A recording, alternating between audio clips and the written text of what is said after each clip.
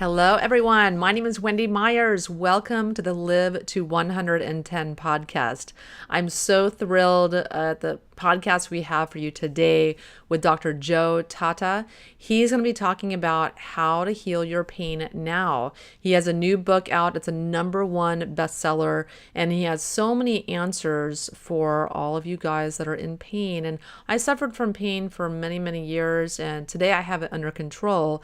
But that's because I spent tens of thousands of dollars. I went to chiropractors and doctors and decompression and pain medication and yoga and all different kinds of therapies and physical therapy, Pilates and electro-stim and all different kinds of things. I ultimately healed my pain with some simple exercises and Nest Health bioenergetics. That's my bioenergetic program to help release the emotional trauma that I felt was ultimately related to my lower back pain. But we're going to talk about all the different solutions that Joe has to offer. We'll be talking about the emotional aspect of pain, stress, diet, nutritional supplementation, some of the cons of the traditional mainstream model that you'll find when you go to your doctor, and the choices and options you'll be offered there. A lot of really interesting things we talk about today on the podcast. But before we do that, I have to do the disclaimer. Please keep in mind this podcast is not intended to diagnose or treat any disease or health condition and is not a substitute for professional medical advice. Please consult your healthcare practitioner before engaging in anything that we suggest today on the show. Please run out and grab my new book on Amazon called Limitless Energy: How to Detox Toxic Metals to End Exhaustion and Chronic Fatigue. I know a lot of you guys are exhausted and you're sick and tired of being sick and tired. And I know so many of you listening are seeking answers, and you're taking care of yourself, and you're trying to eat better, and you're trying to sleep more, and trying to get out there and move your body and exercise, but still may not be feeling your best even though you're doing all this work. And I found myself in the same situation many years ago where I felt like for everything that I'm doing, I should be feeling better. And in many years of research and seeking my own answers, I discovered detoxification and found that it helped me tremendously, and it helped me to relieve a lot of my symptoms like brain fog and fatigue and emotional issues and other things that I was dealing with that I wanted to resolve. So a lot of answers in my book called Limitless Energy. So you can get it on Amazon. It's a #1 Amazon bestseller. I'm very, very happy. It's my baby. So I'd love for you to check it out and read it. Our guest today, Dr. Joe Tatta, is a doctor of physical therapy. He's a board-certified nutrition specialist and functional medicine practitioner who specializes in treating persistent pain and lifestyle-related musculoskeletal, metabolic, and autoimmune health issues. His mission is to create a new paradigm around treating persistent pain and reverse our global pain epidemic. He's a creator of the Healing Pain Online Summit and the host of the Healing Pain podcast, designed to broaden the conversation around natural strategies towards solving persistent pain. Dr. Tatta is the author of the best-selling book, Heal Your Pain Now, a revolutionary program to reset your brain and body for a pain-free life by DeCapo Press. He is currently in private practice and also provides online health consulting to help people achieve a pain-free life free from chronic disease. Joe, thank you so much for coming on the show. Hey, Wendy, it's great to be here. Thanks for having me on. Why don't you tell the listeners a little bit about your background and how you came to do what you're doing today? Sure. My basic background is I have a clinical doctorate in physical therapy. I've also studied nutrition and functional medicine. But my ultimate background is I got started, or inspired, I should say, treating people with chronic pain by watching my mom go through a chronic pain episode when I was younger. My mom was an oncology nurse, and she worked the night shift. And during the day, she did everything that moms do. She would, take care of the house and the kids and the dog and be the super mom. And at night, she would go to the hospital and she'd, help kids who were, terminal, dying of cancer.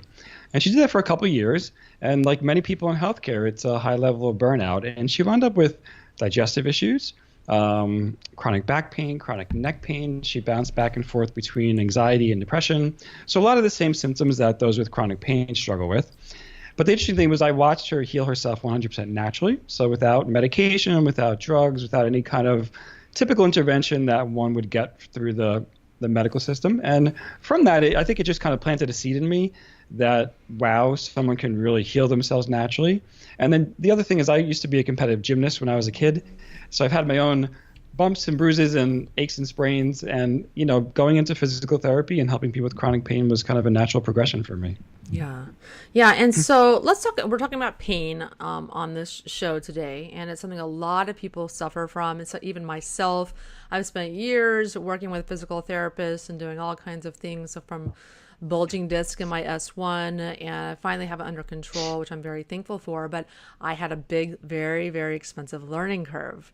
So I'm glad that you wrote your book, Heal Your Pain, to shorten that learning curve for so many people suffering from pain. So what exactly is pain, and why is it not what we think it is or represents? Yeah, it's a great place to start when we talk about chronic pain. So ultimately, pain is about protection. So it's your body, or more specifically, it's your brain's way of alerting you to a danger. Now, with acute pain, we understand that, and it makes perfect sense. So acute pain is when you fall and you scrape your knee, or you sprain your ankle, or you fall and you break your wrist. That's acute pain. There's actual tissue that's been damaged, tissue that's been broken or torn or ripped, or whatever the type of injury you have. There's a natural healing process that happens with acute pain. It's called the inflammatory process. And inflammation is actually good. It helps you heal and repair tissue. The inflammatory process is predictable. It takes usually anywhere between 2 weeks to 3 months. And when that is healed, your pain should go away. Chronic pain is pain that continues beyond the normal time of tissue healing. So if you have that broken arm or that sprained ankle and your pain persists beyond that 3-month period of time, it becomes chronic. The other really interesting thing about chronic pain is that chronic pain can happen from an injury that happened a long time ago, or it can happen with no injury at all. So there could be no injury associated, let's say, with your back or your neck or your shoulder, but for some reason, your brain is creating this harm alarm, is creating this signal to alert you about a danger that's either real or potential. So there's a lot of information in that kind of introduction there, and we can piece to that in the podcast. But the take-home message is there's a distinct difference between acute pain and chronic pain. And then they obviously will have different approaches that you talk about in your book. So you wrote a book called Heal Your Pain. Can you talk about that?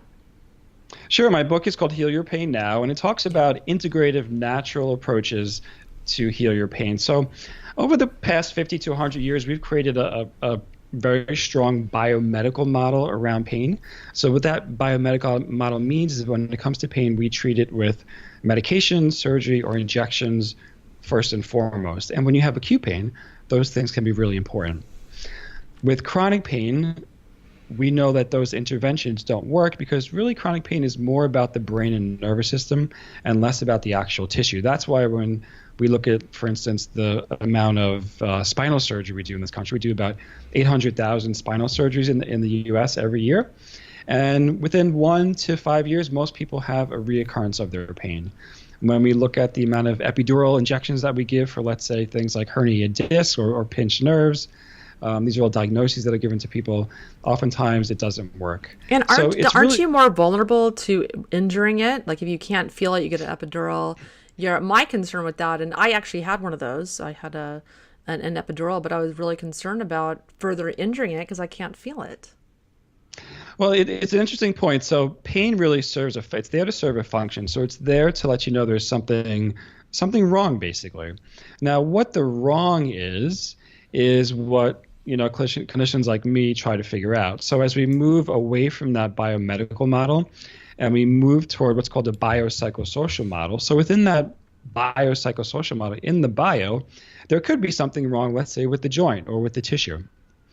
But oftentimes there are also confounding psychosocial variables that contribute to your pain response. So let's say you have the MRI and it shows that you have a disc herniation. You may have that disc herniation and it actually exists, but what is your psychological and what is your social ramifications that have happened from your injury?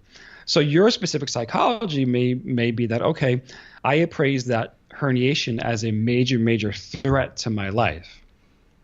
And when you appraise it as a threat, or you give it that kind of sticker that there's a big threat in my back, it causes your pain to get worse as far as the intensity as well as the duration. And what's interesting about that is we know when we look at MRI studies from hundreds and thousands of people, most people have things like disc herniations in their back, but they actually have no pain. So why does one person have pain and the other person not have pain? It really goes back to their psychology, because pain ultimately is about psychology.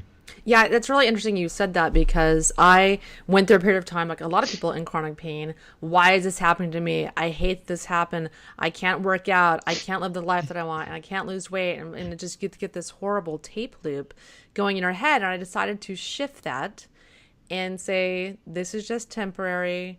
I love myself, and healing, I would visualize sending healing messages to that area.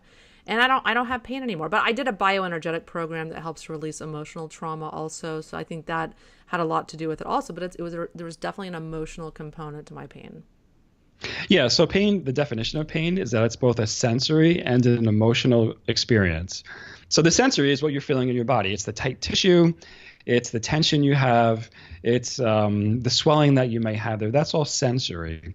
The emotional component is that how you appraise what happens in your life because of pain. And the emotional part is really interesting. People usually wind up with fear from pain, or they wind up with a little bit of anxiety from pain, or they wind up with depression from pain. So those three emotions can actually make your pain worse. So it's almost impossible to heal chronic pain without actually talking about or helping people to kind of repraise their emotions and what's going on in their life. Well, you know what I have? When I feel pain, I go into a rage. Like, I don't know why. I'm like, I get really mad. I'm not a fan of pain. It makes me very angry. It's totally normal. I mean, no one's really a fan of pain. Maybe a physical therapist, so they like to kind of figure pain out. But no one's a fan of pain. But going back to what you said before, you mentioned some statements, and those statements were more negative. And we know that when you have negative thoughts, they obviously lead to more negative thoughts. It's a psychological term called pain catastrophizing. And it basically means that I'm thinking of the worst case scenario. Oftentimes people ruminate, or they constantly think about the worst case scenario, or they magnify the worst case scenario, meaning that this pain is going to destroy my entire life, when in fact you might have pain and obviously it's significant, but it's not going to destroy every single thing in your life. It may just obviously slow you down today from, let's say, going to the gym, or maybe even going to work today. But changing what you mentioned before is so key. Changing those negative thoughts to ones that are more positive or more adaptive can decrease your pain, and sometimes it can actually just get rid of your pain altogether. Yeah, I really resonate with that, because I really feel like that's what happened to me. And while I know I still have it there, like the S1 bulging disc, and it's still there, and I feel it sometimes, but I'm not limited by it, and I don't allow myself to be limited by it. That's right. And what's interesting is when people come to me and they say, "Oh, you're a physical therapist," and I say, "Yes." And there, at some point, there is exercise as part of the program, but a lot of times in the beginning, it's talking about, okay, what are the automatic thoughts that you're having that you may not realize are happening, and how are those automatic thoughts linked to your emotions, and how do those emotions affect your physical body? Because every emotion that you have, there's a physical response to it. Just like when you get embarrassed, your cheeks turn red, or you get nervous and you sweat. When you have emotions like rage, let's say, you mentioned anger before, muscles naturally tense and tighten. There are changes in the sympathetic nervous system, which cause blood pressure to change and cause nerves to fire differently and cause digestion to slow down. So, we look at people who have digestive issues. They also have pain problems. Oftentimes they're in that sympathetic state. And really it's looking at the entire person, both their body as well as their brain and their mind and their thoughts, to try to ease their pain. And so let's talk about stress. So stress is a big part of a lot of people's life today. People are overcommitted and not taking enough time for themselves. So what's a connection between stress and pain? Stress and pain are intimately connected. They're pretty much one and the same. And ultimately, all of us are going to have stress in our life. And at some point, we're probably going to have pain in our life too, because there's no guarantee that we're going to live this anesthetized life. The truth is there are pain points that come up in your life. Some of those pains are physical, some are emotional. Oftentimes they're interconnected and they interweave. But ultimately, it's how you appraise that stressful situation. So I use the mnemonic TLC, and it doesn't stand for tender love and care. It stands for, when you have a stressful situation, do you see it as a threat? Do you see it as a loss? Or do you see it as a challenge? So that's the TLC: threat, loss, or challenge. So the threat, let's say if you have pain or stress, they're really one and the same. The threat is, okay, this knee pain is going to prevent me from exercising, and I'm going to put weight back on. So that's a threat, let's say. The loss could be, well, if I have pain, I'm going to lose my relationships with my friends, since all of my activities revolve around going out to dinner and shows and being physical, let's say. So that's the loss component to it. And then the challenge component to it is really what we want people to do, is to look at things as a challenge and say, okay, I have pain right now, or I have this stressor in my life. What are the tools that I have inside of me that I naturally have to help me overcome those stressors? Or what can I lean on externally, friends, family, colleagues, professionals, to help me get through this? So and all of us go through those naturally. We all see things as threat, loss, and challenges. They're just in different degrees. And if you see things more as a challenge, it really reframes how you look at stress, and then you can kind of approach stress, or you can tackle stress in a very different way. Now, with the stress response, many of the things that happen in your body are the same with pain. You get muscle tension and tightness. There are blood pressure changes. There are changes in hormones, meaning your stress hormones like cortisol and epinephrine increase. There are changes that happen in the brain and nervous system, both the central nervous system, obviously your brain, as well as the nerves in your arms and legs. There are immune cell changes that happen. So your immune system weakens when you have stress and pain. So stress and pain are kind of like twisted sisters. They occur together often. And talking about one, you oftentimes treat the other. And another stressor people can have is where they just don't want to move, and that's a big stress reliever for a lot of people. And I had definitely been in that state when I injured my lower back. I couldn't work out my upper body or my lower body. And so I kind of became immobile for a little while. And then I made myself do whatever I could do. If it's just lifting some art weights or walking for 10 minutes, I'm like, I've got to keep moving. And a lot of people become sedentary, and then it can worsen their condition ultimately because they become more weakened. So why is it especially important for those with chronic or persistent pain to keep moving? Yeah, it's a great point. One of the really interesting psychological facts about pain is that it causes fear. And one of the things it causes is fear of movement. We call them fear avoidance behaviors. So I don't move because I'm scared I'm going to hurt myself. And one of the first principles we teach people with chronic pain is that hurt doesn't equal harm. That you can actually have a little bit of soreness and still be safe. And the reason why that is because when you start to realize that pain isn't coming from your joints, so the pain isn't actually coming from your back, the pain isn't actually coming from your knee, that it's actually produced in your brain, when you really understand that and it really changes your beliefs about pain, then you say, okay, then I can probably have a little bit of soreness and I'm not worried that I'm hurting myself. It's really interesting because I have friends, they're a married couple, and one has neck pain and the other has knee pain. And I was on a hike with them this weekend, and she's walking and we're hiking, and she's like, my knee's a little bit sore. Maybe I should stop.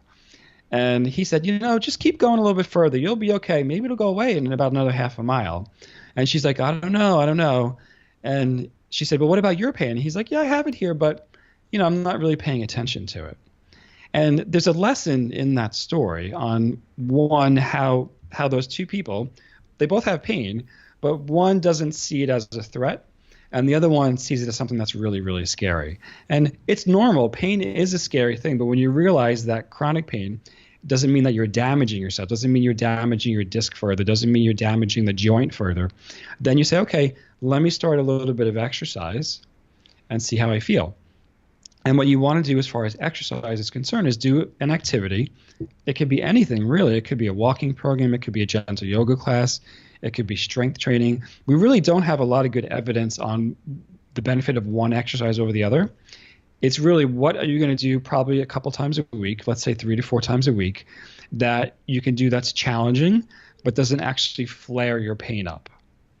And I tell people, like, you can have a little bit of soreness. So what you can do is you can kind of flirt with that pain a little bit. You can kind of like brush up against the pain as you're moving, and you don't have to be concerned about it, but you shouldn't exercise. And then when you're done, feel like, oh my God, my pain is now a 10 out of 10 and it stays there for the next 48 hours. That's obviously too much. And I think a lot of people can be limited, say if they were used to doing really high impact exercise before and now they're more limited, you kind of have to just change your thinking and do the low impact exercises. It might not be like the HIIT training or this super effective body toning kind of exercise you might have been used to, but it's like you should just do what you can, maybe work around your injury and just get that workout in however you can so you can retain your fitness. That's right. The one of the challenges, but people think they have to be 100% pain free, and then once their pain is gone, they go right back to the, let's say, high intensity interval training they were doing before. When in reality, the right way to do it is to start exercising again with just a little tiny, tiny, tiny little bit of soreness or pain, but start on a low level, and slowly every 2 to 3 days you build that up. And I always say slow and steady wins the race. So week after week or month after month, depending on how bad your pain is, you'll work back up to that level where you have no pain again. And what are some of the major barriers people have when recovering from their chronic pain? I know a lot of people can, I suffered this myself. I'd have a lot of setbacks or like re-injure myself and do a lot of stuff where it was very frustrating, my recovering very long. So what are some of the barriers that people can have when recovering? I think the biggest barrier is really finding someone who really understands the latest science around pain. And I talk about that in my book, Heal Your Pain Now. And once you really understand what's going on both in the brain as well as the body, then you can create a program for someone. Oftentimes, people with chronic pain, there are many, many different factors going on. There are nutritional factors. There are factors related to movement or sedentary behaviors. And then there are the psychological factors we spoke about before. So finding the right practitioner that really can evaluate you and treat you on all those levels is probably the biggest barrier. The second barrier, I would say, is really finding someone that you trust and that you can develop that what's called a therapeutic relationship or the therapeutic rapport, because you're going to have to work with that person closely, probably for a couple of weeks or a couple of months. So finding someone who you really like and trust, who can take you through that process. And last but not least, pain is this invisible disease. You can't see pain. So oftentimes personal relationships become difficult and it becomes a struggle because someone can't feel what you're feeling. They can't see your pain. So they don't believe you, or they push you when you shouldn't be pushed. Or even times there are people that enable you when really they need to encourage you to do activity or do other changes like diet and nutrition. So those are probably the biggest barriers that exist for those with pain. And I think ultimately we can't talk about this topic without talking about, if you have chronic pain, you're probably going to wind up in a physician's office. And physicians first treat people with prescription medication. And we now have an opioid epidemic in our country where we have about 2 to 3 million people who take an opioid. We lose about 20 to 30,000 people each year from opioid related deaths. So realize that you have an option. You have an option to say, no, thank you. I don't want the prescription medication. Can you please refer me to a practitioner who can help with natural ways to heal pain? So that's probably, the icing on the cake for me is really the last one, because so many times people wind up seeing anywhere between 5 to 10 different types of, let's say, physicians before they can find someone who can help them with natural solutions. Yes, and I think for me, I went right to the physical therapist when I had pain, but I know a lot of people just go to their doctor, and I think people have to realize the physician is not going to address the underlying root causes of the pain. It's just out of their scope of practice, and they'll give you a pill. Yeah, it's true. When I did research for my book, I discovered a really wonderful research article that said that the average physician only receives 9 hours of pain science education in their university training. So what that means is most of the training that they have revolves around what medication to prescribe or what surgery to do. Yeah, and then surgery to me seems like a last resort, and it seems like it'll be an easy fix. You know, you get the surgery, then you're all good. But I think the reality is a lot of people find that it can be worse if the doctor cuts a nerve or creates some sort of permanent damage in that joint or what have you. And a lot of the back surgeries are not successful. And so I really beg people to think of surgery as a very, very, very last resort. But if you go to an orthopedic surgeon, that's what they do. They do surgery. So they're going to tell you to do surgery, you know? It's true. And let's not forget that surgery is a planned trauma. Yes. So even though you elect to do it and even though it's planned, it's still a trauma to the body. So you have a trauma on top of already existing traumas. And many people with chronic pain have traumas from early childhood. And those traumas are related to physical abuse, or they're related to sexual emotional abuse, or there's a more recent trauma. I'm working with someone right now. I just worked with her today who found out that her husband was having an affair. And it's been a major trauma and a major blow to her. And from that, she has developed chronic pain from it. So she didn't have an actual physical injury, but she had a major threat in her life. It was a major emotional trauma that has manifested itself as pain in her body. And if she went the typical orthopedic route, they would definitely find something on an X-ray. They would definitely find something on an MRI. But that's not the root cause of her pain. The root cause of her pain is the emotional link that her and I are working through. And as she works through it, her pain starts to release and her stress level goes down. Yeah. Yeah, I absolutely believe that. I work with a lot of clients too that have pain and have my various, tricks in my tool bag that I use to help them release those emotional traumas, and it helps tremendously. Yeah, it does. With relieving their pain. And so let's talk about some of the biggest myths about pain that we've been led to believe. Yeah, and the biggest myth is you need medication to cure pain. And whether it's prescription medication like an opioid or over-the-counter medication such as nonsteroidal anti-inflammatory drugs, obviously we know that opioids have a number of dangers to them. They're obviously addictive. They cause dependency, and they also cause other changes in your body like hormonal issues and problems in your gut. Same thing with the nonsteroidal anti-inflammatories. There was a big study that just came out recently on how within 8 days after taking a nonsteroidal anti-inflammatory drug, they're linking it to heart attacks and strokes. And we saw this like 10 or 15 years ago with the prescription medication called Vioxx, which is a very strong prescription nonsteroidal anti-inflammatory. But now we're seeing the same information with the medications that are just prescribed or sold, I should say. They're not prescribed. You can buy them in any over-the-counter drugstore. So one is the medication. You don't need medication to heal from pain. Two, imaging studies. That an imaging study will tell me the cause of my pain. And we know that imaging studies are very poorly correlated with pain, especially when we look at spinal pain. You can have an MRI. You can have an MRI with a herniated disc and have absolutely no pain at all. And then last but not least is that chronic pain is not curable. It's something that has to be managed.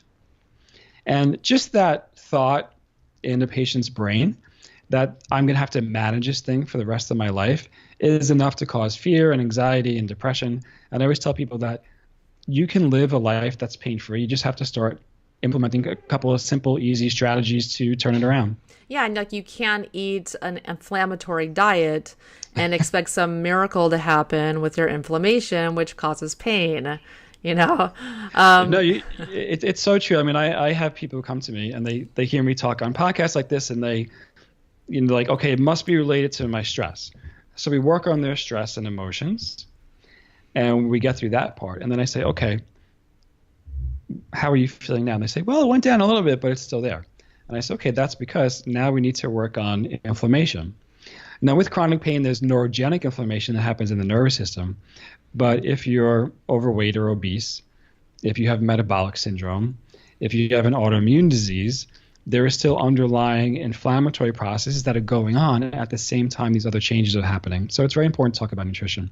Yeah, and I mean, if you're drinking alcohol every night, which turns into sugar in your body, or you're eating lots of refined grains, which turn to sugar in your body, or industrial seed oils like canola and corn and grapeseed oils and soybean oils and things like that, guess what? You're pouring fuel on the fire and causing yourself more pain, whether you want to admit that to yourself or are aware of it or not.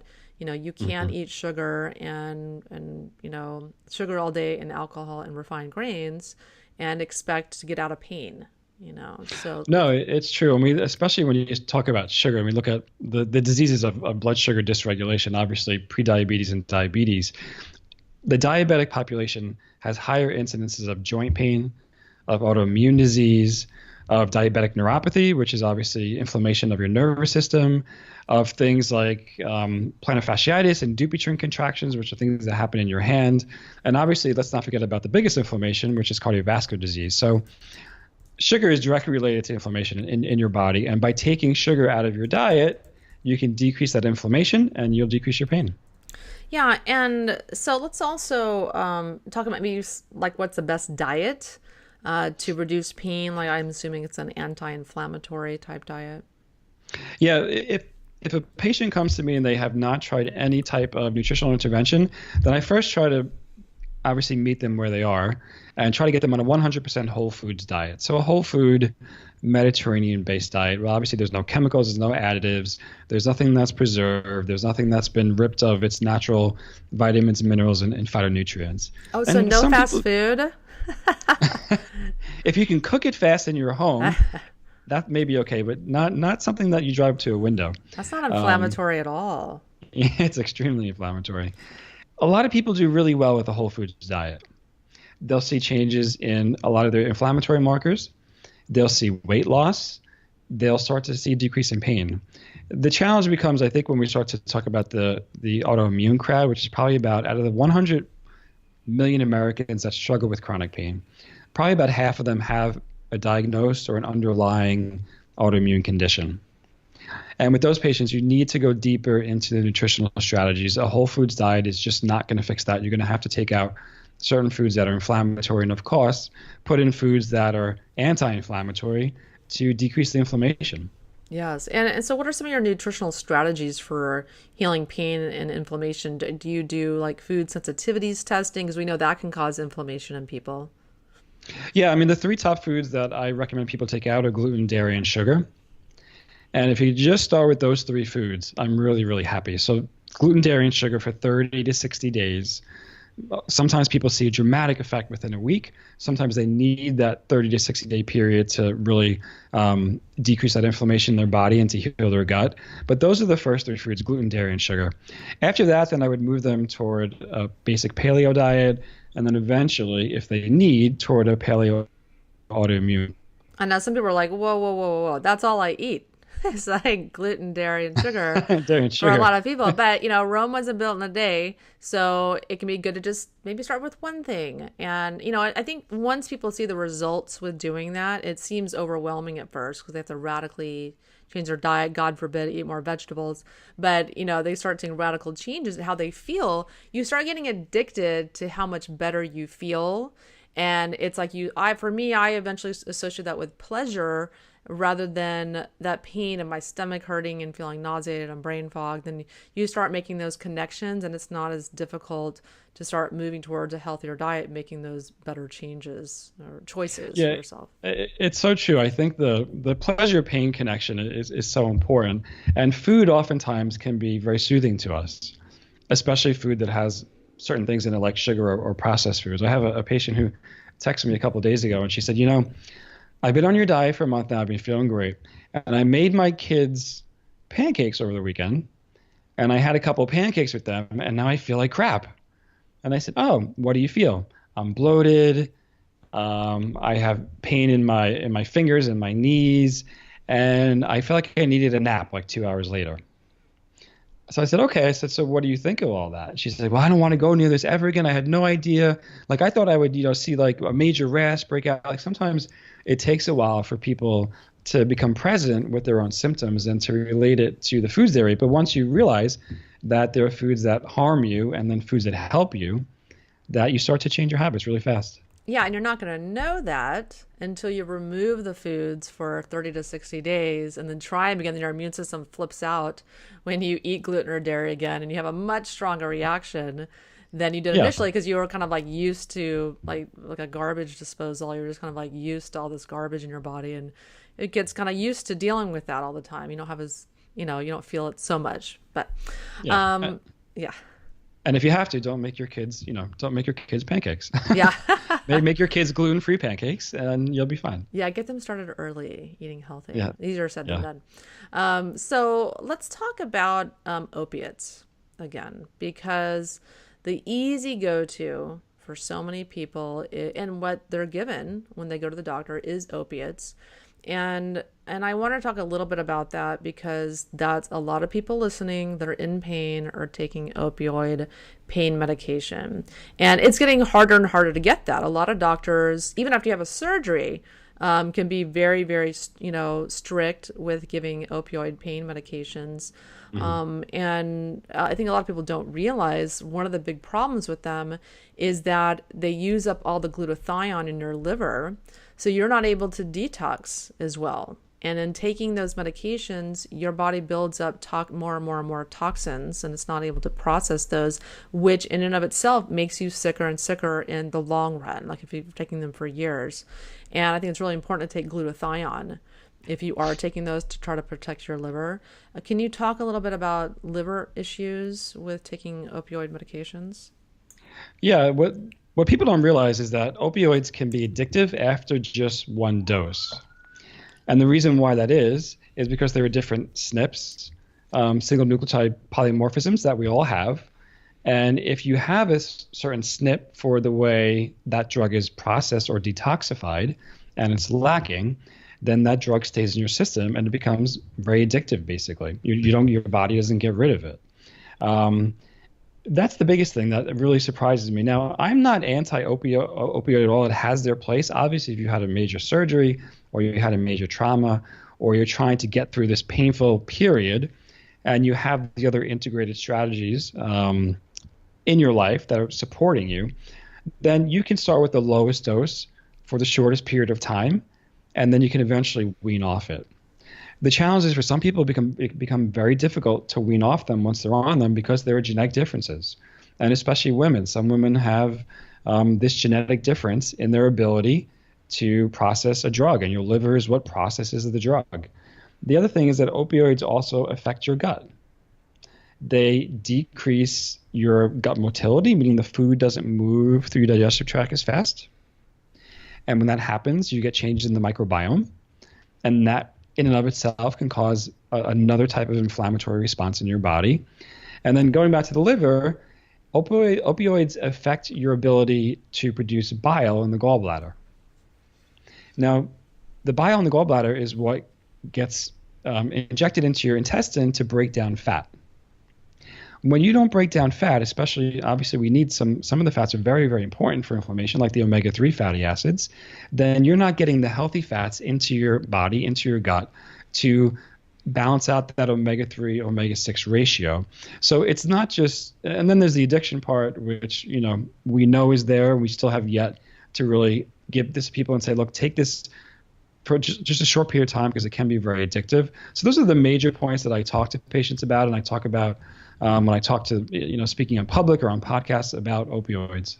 Yeah, and I agree. They totally have their place. And if you're having severe pain, I mean, you can just be a nervous wreck. I mean, where I had periods where I was just shaking. I couldn't handle it. And I had to take opioid pain medication.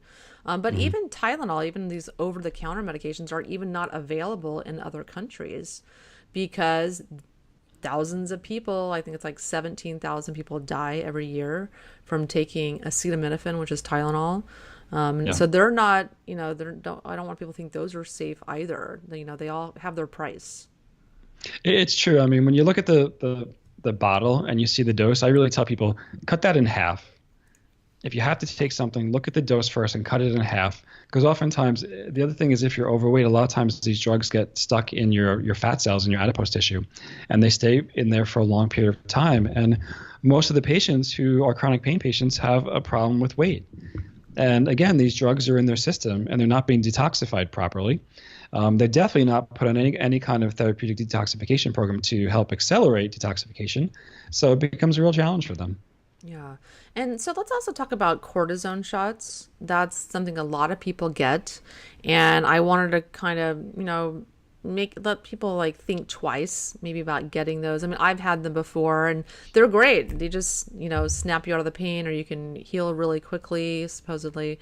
So what are some of the problems with getting cortisone shots that they're getting from their doctors? So you really should, if you have to have a cortisone shot, you shouldn't really have any more than two in a 1 year period of time. Obviously, you're injecting glucocorticoids or cortisone into your system on top of the already natural cortisone or cortisol you have that your adrenal gland produces, so you could throw your adrenals off.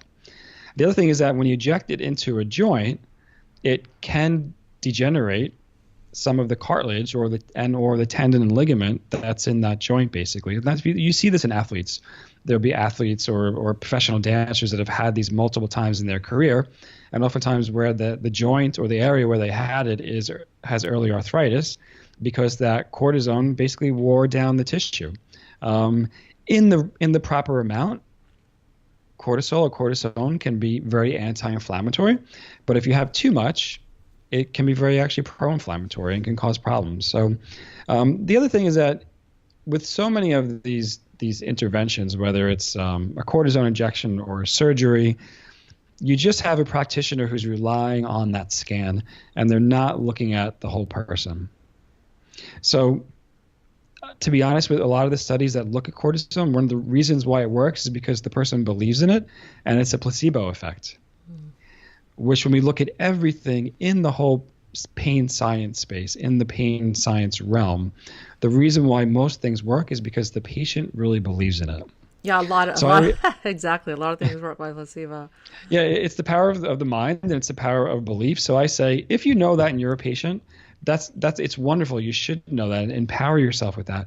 And then say, okay, let me apply that to the natural strategies. Let me believe in, let's say, the diet. Let me believe in the stress reduction principles like mindfulness-based stress reduction, or let me believe in healthy movement, that if I move a little bit more, I'll have less pain. And when that happens, it's a wonderful combination of you being able to leverage your own natural healing through your mind, along with obviously natural methods.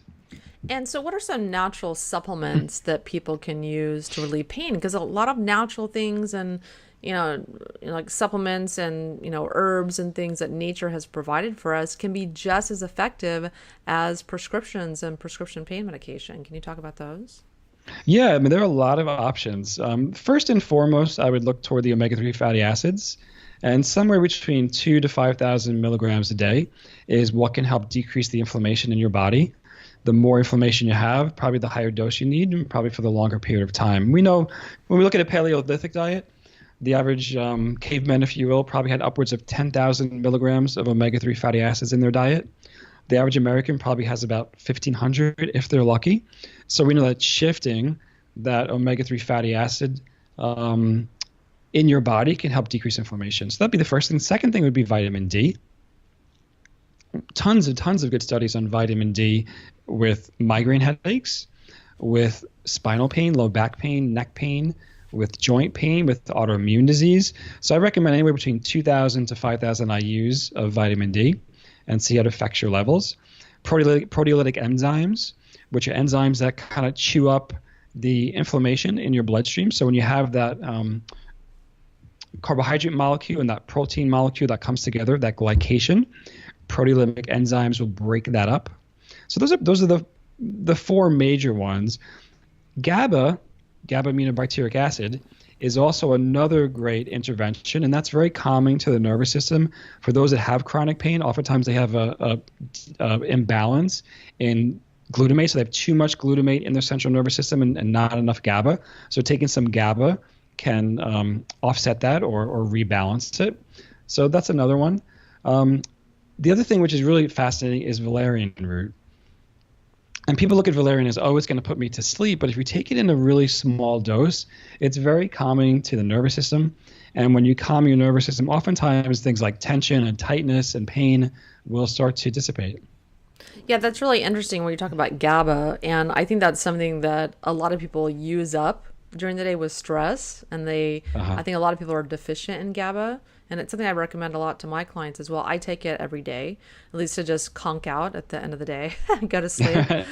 But I know like if people have really high glutamate levels, that their nervous system can be over firing, and then that can cause the perception of pain. And GABA is that off switch that turns off these stimulating neurotransmitters and can stop that process. That's right. That's 100% right. And a lot of the neurotransmitters that we look at with pain, there's a link to our gut with them. So GABA is one. The other one is serotonin. Most of the serotonin is made in your gut. And if you don't have enough serotonin, then oftentimes you can have problems with pain perception or pain sensitivity. So cleaning up the diet, healing your gut is another good way to affect that. I think also there's a lot of people, I know myself, that I feel like genetically I don't make very many endorphins. And so those people can probably be more susceptible to pain or pain sensations because they just don't make enough endorphins, which turn off pain signals. Yeah, and I've had some success with patients with that as far as using some 5-HTP with them. The only thing you have to be cautious with there is that if you're on any type of SSRI medication, you could run the risk of obviously overdosing yourself. So come off the SSRI first and then try the 5-HTP. That would be my recommendation. Is there anything else we haven't discussed that you want to talk about that's in your book, Heal Your Pain Now? We discussed a lot. I think the one thing we haven't really talked about, which I like to leave people with, is just the notion of compassion. And that compassion is one for yourself, is when you have chronic pain to treat yourself as you would as if your best friend was struggling, because chronic pain can oftentimes take a while to heal and it needs a number of different strategies. So have compassion for yourself and have compassion for the process.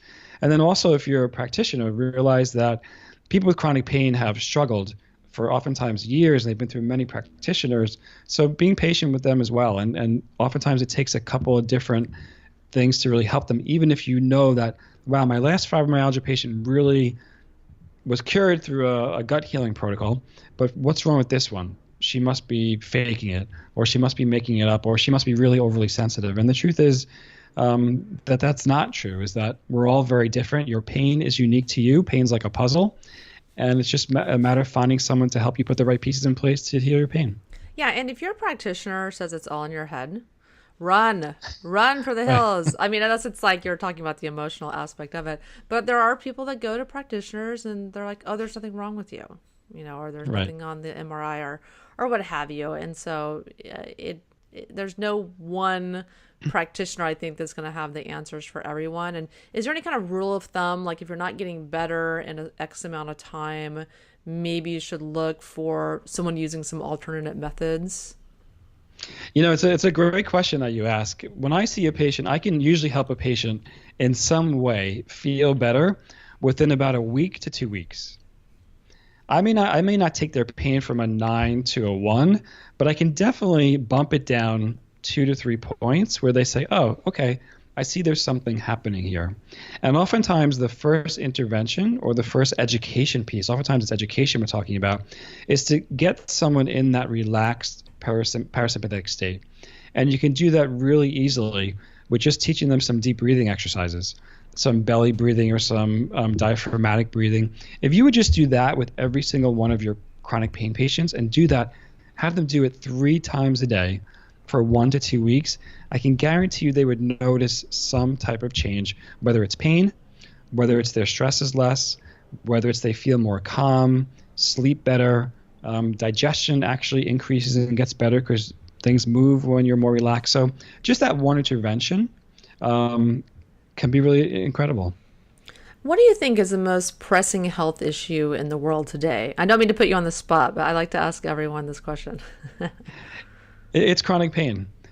Chronic pain outnumbers cancer, diabetes, heart disease, and HIV.